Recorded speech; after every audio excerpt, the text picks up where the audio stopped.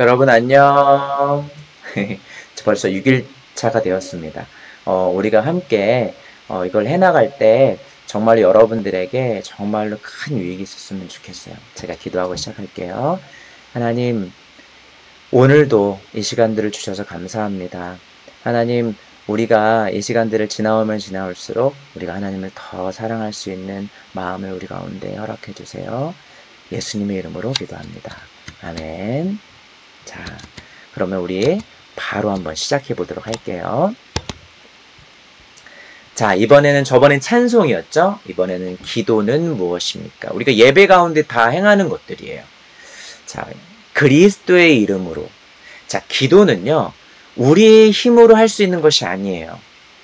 우리가 기도할 때 그리스도의 이름으로, 마치 막 편지를 써내려가고 그 편지가 영향력이 있으려면 거기에 이제 도장을 찍듯이 그리스도의 이름, 그러니까 예수님의 이름으로 우리의 기원, 그러니까 우리의 소원과 우리의 모든 마음, 그것을 하나님께 고하는 것을 기도라고 해요. 그래서 항상 우리는 어떻게 기도하죠? 예수님의 이름으로 기도합니다. 왜냐면 예수님의 이름으로 말미암아 우리는 자격이 되어서 기도할 수 있기 때문에 그래요.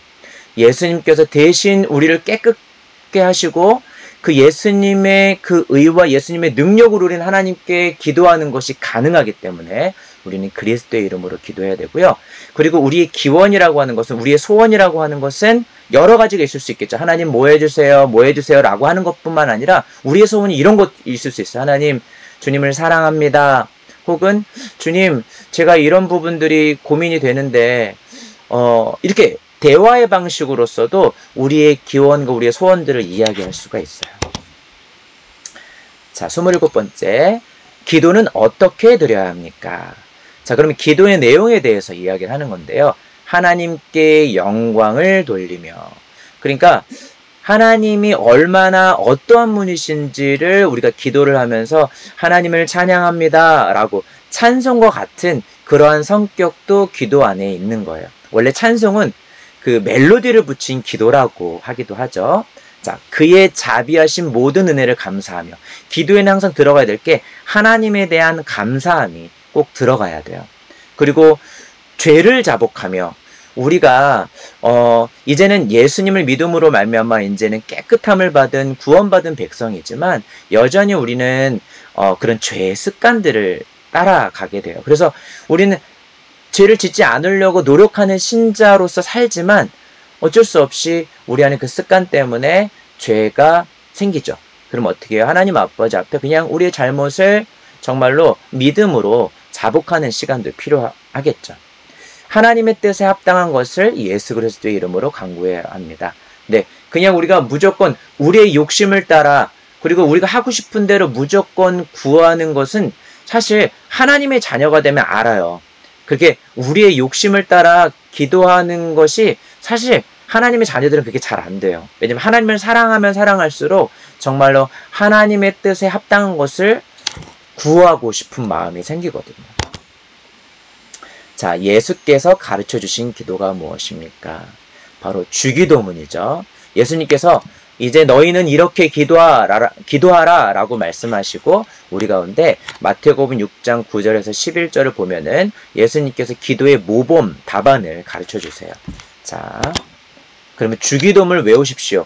우리가 이제는 학습교육을 받는데 우리가 기본적으로 주기도문을 다 외우고 계셔야 돼요. 이것에 대한 내용들은 살펴보려면 또 엄청난 시간들이 걸리거든요. 그래서 이것은 제가 한번 읽고 마치겠습니다.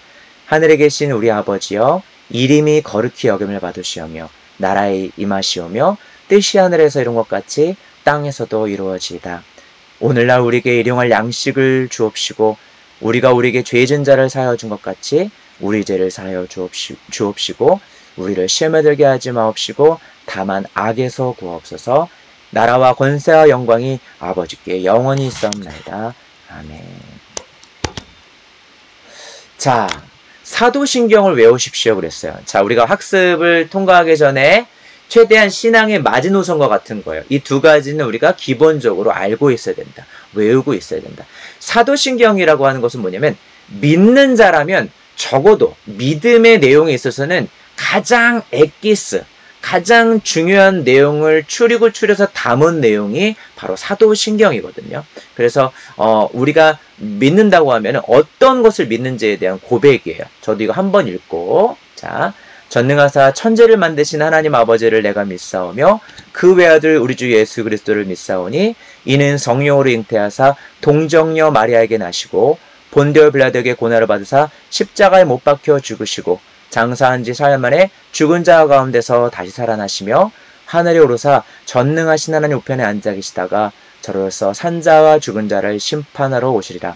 성령을 믿사오며 거룩한 공회와 성도가 서로 교통하는 것과 죄를 사하여 주시는 것과 몸이 다시 사는 것과 영원히 사는 것을 믿사옵나이다. 아멘. 이 부분도 나중에 배움이 필요할 것 같아요. 자, 오늘 굉장히 짧았죠?